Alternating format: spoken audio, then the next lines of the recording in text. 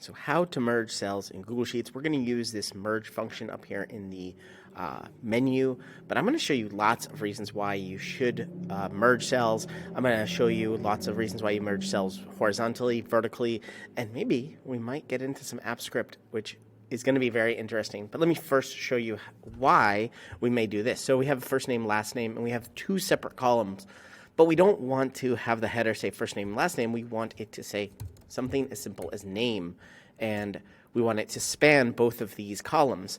So we select A2 and B2 here, and then we're going to go to the Merge Cells button, and we're going to merge cells. When anything we select, we can merge into this. So maybe we have first name and last name, but maybe we want to put in here, and look, we have a error. So we can't move anything inside of here.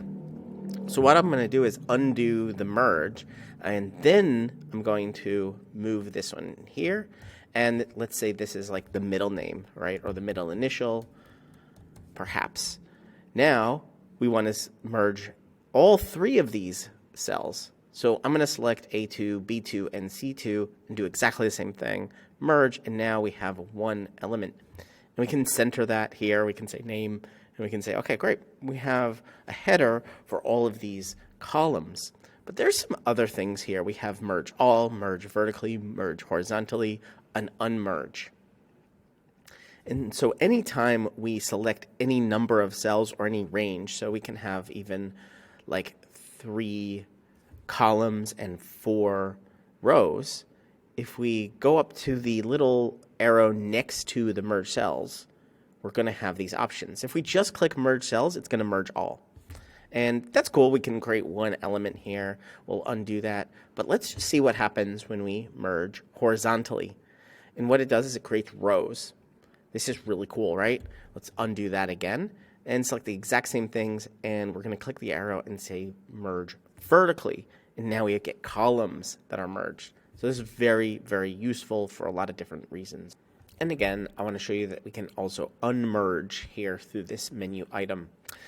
And so what happens, though, if we want to like sort of present a little bit of data, but in a nice way, like maybe in a different way, and instead of name over here on the header, you see this all the time. What if we had like groups of different people? Let's add a row down here. And we wanted to say, hey, these are different types of people. Yeah, we know their name. We can clearly see that these are names, but they're categories. Maybe these are VPs, and these are SVPs, and these are CEOs. What I'm going to do is move a column over to the left.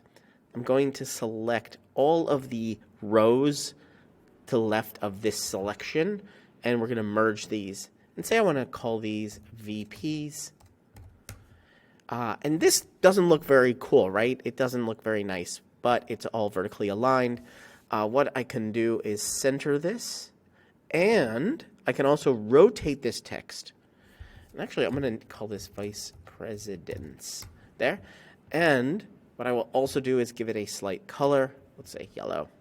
And I'm going to give all of this as well a slight color. So now we have this header that's not at the head, but on the side. It's like a vertical header to the side. We can do exactly the same here. Let's say we have a group of people that are CEOs. We can do exactly the same again.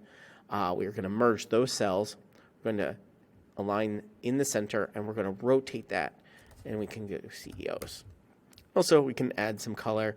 This makes it really a nice way to sort of segment little groups of people here. So let's do that again. And we have a nice way to sort of segment them. We can also view without grid lines, and this makes it look a whole lot nicer, right? We have these categories of people, and they're listed with their header here. We can also make this header a little bit darker, perhaps the same color, but a different tone here. Makes a really cool list. One thing you might want to do, and you cannot do, is if we have text in both here, the first name and the last name here, Melinda Cooley, and we're like, hey, we want to merge this text, and we click on Merge Cells, it's going to give us a heads up and an alert and saying Merge Cells will only preserve the top leftmost value.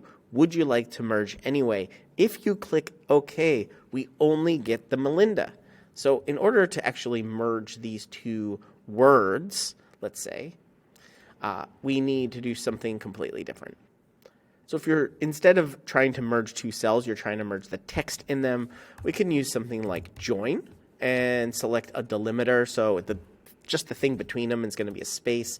The value, an array, can be B3 to C3. And we're going to get all of these people's full names in one cell. And that's how you merge text from two different cells. But let's give you another option here. Instead of join, where you have to think of what is the thing between everyone first, and then everything you put in here is going to have that thing between them, the delimiter. Let's do concatenate. This is a totally different formula, but concatenate is just going to push everything together. So if we had B3 colon C3, we are literally going to get the full name with no space. So all we have to do is add another comma in between here and put in a text in quotes, a space. And we can do that all the way down, and we get the full name with a space. If, let's say, we want to create some kind of email or a Gmail account, we have some domain, we can use this. Concatenate. We can, instead of a space, maybe put a hyphen and then add at the end in at domain.com. And this gives us a really cool way to create sort of a email or some ID maybe, or concatenate everything, combine everything together with something other than a space. We can choose whatever we want. That's pretty cool. Basically, you're merging this text with a lot of different other text. Back to merging cells. Again, I want to show you this example of what you may not want to do. If you are selecting all of these cells and you want to merge them all into one cell, we click merge cells. Again, it gives us this problem or this alert and says, hey, you're only going to preserve the top leftmost. So click OK and see we only have Melinda, but all of our cells have been merged. So all of the selection we have is absolutely merged, but we only have the one thing, which is the Melinda here. The top leftmost value is going to be preserved. That is something to be aware of as you are merging cells. And unmerging cells doesn't undo it. Command Z will undo it, or if you're on a non-Mac, Control Z. But again, let's merge those cells. Okay, and now if we click on unmerge, we have nothing but Melinda. So the text is destroyed if we're merging and unmerging using the cell button. Unless we do the Command Z or undo function, we can get that text back. So merging cells is very useful in creating a calendar, or a sort of a custom calendar, I would say, where you can do a lot of really cool things. So this might be what you're thinking about when you see a calendar or hear calendar. You have your days of the week up here, and this is just a monthly calendar. We can have the entire month here centered, and we can say something like May here, and we can say, hey, here's a monthly calendar. Here's, up to 5 separate weeks, and we have some information in here. But let's say we wanted to add much more data inside of each of these days, and we also don't necessarily only want to have one column of data per day. So what we can do is have Monday a couple times, then Tuesday a couple times, Wednesday, and you can see what I'm doing here, but we have this Monday, Tuesday, Wednesday. We're going to have this. Let's merge these. We only need one, and we're just going to copy paste this and rename it Tuesday, copy paste it Wednesday, Thursday, Friday, and maybe Saturday and Sunday are only one, because maybe this is a work calendar. We don't need that much space there. But see, now we have 2 columns for each of these. We have these merged cells. We are going to put them in together. We're going to make this a little bit smaller. What we can do here is resize columns to exactly 50. These 2 columns I will resize to 20, actually 30 each. Might be not enough. It's okay. Maybe we resize this to 50. Resize, or 100. And there now. exactly the same size. So, but we have 2 columns for each of these days, which is really cool. We can add maybe a 3rd column, 4th column here, add some little data here. Maybe we have the date here or some notes, or even something as simple as select the second part of each of these. If I can find it, C, E, G, I, and K. And let's resize these to 200. Great. And now we can add a checkbox. Maybe this is a weekly calendar, and we create a checkbox in each of these. Is it checkbox? And so now you have a checklist for each and every day, and we use this merge cells to have a header here for each of these days. So one cool thing about Google Sheets and merging is that if it's here in this menu, quite likely it is available in AppScript, so we can automatically merge things. Let's say we want to merge things automatically at the end of the day, or at the end of a week, or at the end of a month, or to prepare a template. Let's go up to Extensions AppScript and see what we can do. And I've already written a couple of things. One is I've written a menu up here, which is just function on open, variable UI equals spreadsheet app.get UI, UI.create menu, merge menu. I am literally titling that menu here. Add item merge all. I'm creating my own merge all function, and I called it merge me. And literally I typed out this myself, function merge me. And then we have a function in curly brackets, and all it's going to do is do spreadsheet app dot get active range, whatever the range is that we have selected, and we're going to merge. Okay, that's all we're doing right now, but I'm going to show you some interesting stuff we can do with this. Again, we can use this function that we've written to automatically merge things. So let's take these 1, 2, 3, select those, go to the merge menu, merge all. Going to run the script, and there it is. Exactly the same as we had before, but it does not give us that menu item, that alert that says, hey, we're merging things and only the top left one will be saved. But it will do that. It will only save the top left one. So this is a little bit trickier to use, but because it doesn't have that alert. But once you start wanting to automatically do these things, you probably don't need that alert as well. All right, so we can automatically merge that kind of thing. Why do I mean automatically? Because now that we have this function that merges the active range, we can essentially merge anything we want, and we can run it through a trigger. So if you haven't yet watched my other videos, I do talk about triggers, and this is where the automatic things happen. We can add a trigger, we can select the function which to run, and merge me in this particular case is not going to work very well because it's taking an active range. So maybe you want to do that every hour, but it's only going to take literally what you have selected.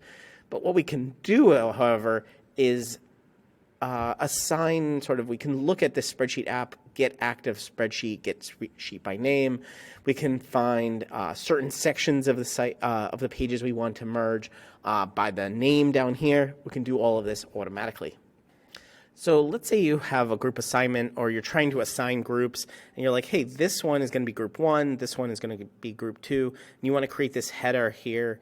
We have group 1, but we want to merge it. We have group 2, but we want to merge it here again. Again, we can do this programmatically. We can say, hey, take this row we're on, insert a row, insert group number, and merge these cells. So let's try to do that. We want to merge group. And so we're going to take a spreadsheet app.get active range.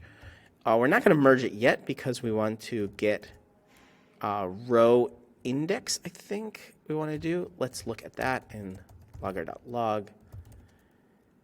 Let's create a variable row equals row, and let's log that and see what it gives us. So if we're assigning 15 to 19, and we want to run this merge group, see if it gives us 15. Yep, it gives us 15. So what we want to do is insert a row.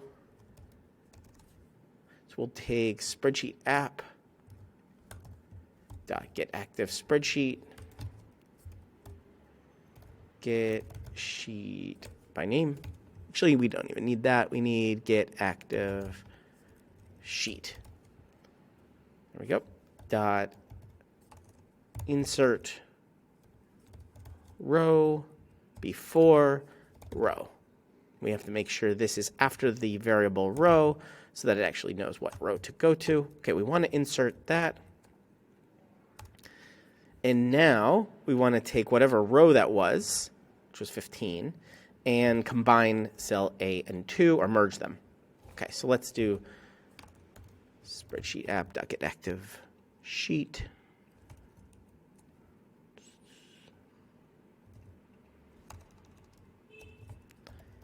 Get range. We are going to do row. And we're going to do column 1. We're going to take the number of rows as 1, number of columns is 2. We want to get the first 2, and we want to merge. Okay, so now when we run merge group, it'll take wherever we are, insert a row, and then merge them. Let's see if it works. We can go here, merge group, run.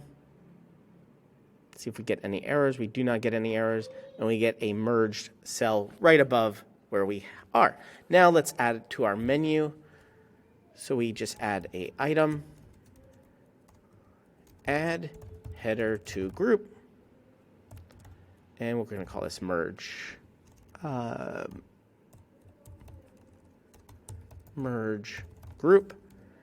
And so now all we have to do is restart, save this, close it, and restart our sheet. On open, it's going to create that menu again. So let's check out ME Valdez 5. We have merge menu, add header to group, and right above our selection, we have inserted a merge row. So this helps you automatically merge cells whenever you can capture that range. We're doing this on the fly here, but you can do this also based on sheet name, anywhere you can access a sheet file and a sheet tab and know what range to merge. I also showed you this type of group header where instead of at the top, we put it on the side. And let's try to do this automatically here. So instead of doing a group 1, group 2, let's do horizontally. Let's duplicate this, or rather vertical. Vertical. And what this is going to do is let's insert column to the left. And we're going to select this as a group, and we want all of what we want to do is take the entire index from the start to the finish of our selection. We want to merge those cells and call it group. Let's do the formatting ourselves right now. We're going to center it both ways, and we are going to do this text like this, group. Okay, so how do we enter that, get that merge cell there based on a selection in our app script? Let's write that function merge vertical group. And so we're going to do something very similar where you're definitely going to get the index of where we are starting. But I think we can also get number of rows equals. We'll take all of this as well. And instead of get row index, we'll get number of rows. So we know exactly how many rows to do. We are going to, we don't have to insert anything. We just need to do spreadsheet app, take this range, figure out the range, and then merge it. So what is the range? It's going to start at row, which is the top row, number, row, one column, definitely. Number of columns is going to be, actually the first one is number of rows is going to be number of rows, and it's only going to be one column. Okay, let's see if this works. We're going to merge that vertical group based on, let's do merge vertical group. So this should merge all of these in a 10 to 14 if we have done this correctly. Let's run it. And let's look back, and we have exactly done that. We have a group here. And what if we wanted to add that text there to group? Let's say we want to do spreadsheet app, get active sheet, get range is going to be row 111, because it's still now, well, now it is one column and one row, but over there on that row, we're going to set value to group. Let's add that, save it, and let's see if we've done it here where it's a 4-row thing. We're going to run merge vertical group, and we have the word group there automatically. Let's say we want all of these people in one group. We can click run merge vertical group. It says completed, done, and done. Awesome. So let's add this to our up here to our menu, add item, group vertically, and then just take this name, merge vertical group. There we go. And this presupposes that we have in the first column here, right? We have to add that column. We're formatting it ourselves and then just saying, hey, we're going to group these people together. Maybe we want to also add a border in there. We can absolutely do that automatically. We can do that through AppScript as well if we wish to do. I would like to give you a little bit of a warning when you're merging cells that basically you are somewhat destroying one of the biggest aspects of spreadsheets, which is that rows and columns are relationships. In spreadsheets, I think that the row is one relationship. Everything in that row is related to each other, and a column is also related to each other. And by merging cells across these entities, you're sort of destroying, destroying this relationship. You're saying that this name is now 3 columns. This still has a relationship. These 3 columns are the entire name. Column A is the first name. Column B is the middle name. Column C is the last name. That's totally fine. But I just warn you that too much merging and too much of this kind of data changing will change the relationship of your rows and columns. Again, one of the best aspects of spreadsheets is that we have this row relations, column relations, tab relations, and again, sometimes you are destroying this. I would just warn you from doing too much of this merging. As I say that warning about too much merging, you may find yourself doing this where you have sales, but you have them over the course of a year, a day, or a week. Like you have week 1, week 2, week 3, week 4, and then you have month 1, and you're like, hey, I want to actually every 4 weeks have different months, so we're going to merge these cells, and let's see what happens when there we go. If we take this, just drag it by this bottom right corner, this month turns to month 2, which is great, but this week is not doing very well. It goes to week 2, but we can also redo that there. Actually delete this and now do week 1, week 2, week 3, and let's see if we can click that button, click and drag there. We have 5, 6, 7, 8, perfect. And we can keep dragging all the way here and keep doing month 2. Actually, we need to select these and drag it over. And we have month 2. All right, we have to fix it. 3, month 4. And again, we can keep going. And this is like a nice way to sort of determine different time periods here, all on the same place. We can, one thing I would recommend doing in addition to this is going to view, show grid lines, undoing that, and adding borders, or at least some kind of styling. You can add borders internally as well. And now you can see that month 2, month 3 there. We can also color this differently instead of doing borders if we want. Let's do that. I want to show you what that looks like. Let's do no borders, but this month we will do a little bit harder yellow. We can do a little bit lighter yellow here. Do darker green here and lighter green here. So now we have a relationship of this month to these weeks, and they're color coordinated a bit. But this merging allows us to do that with this background text. Again, we can show this with borders or with this background color. Really nice way to sort of look at time periods and different time periods here.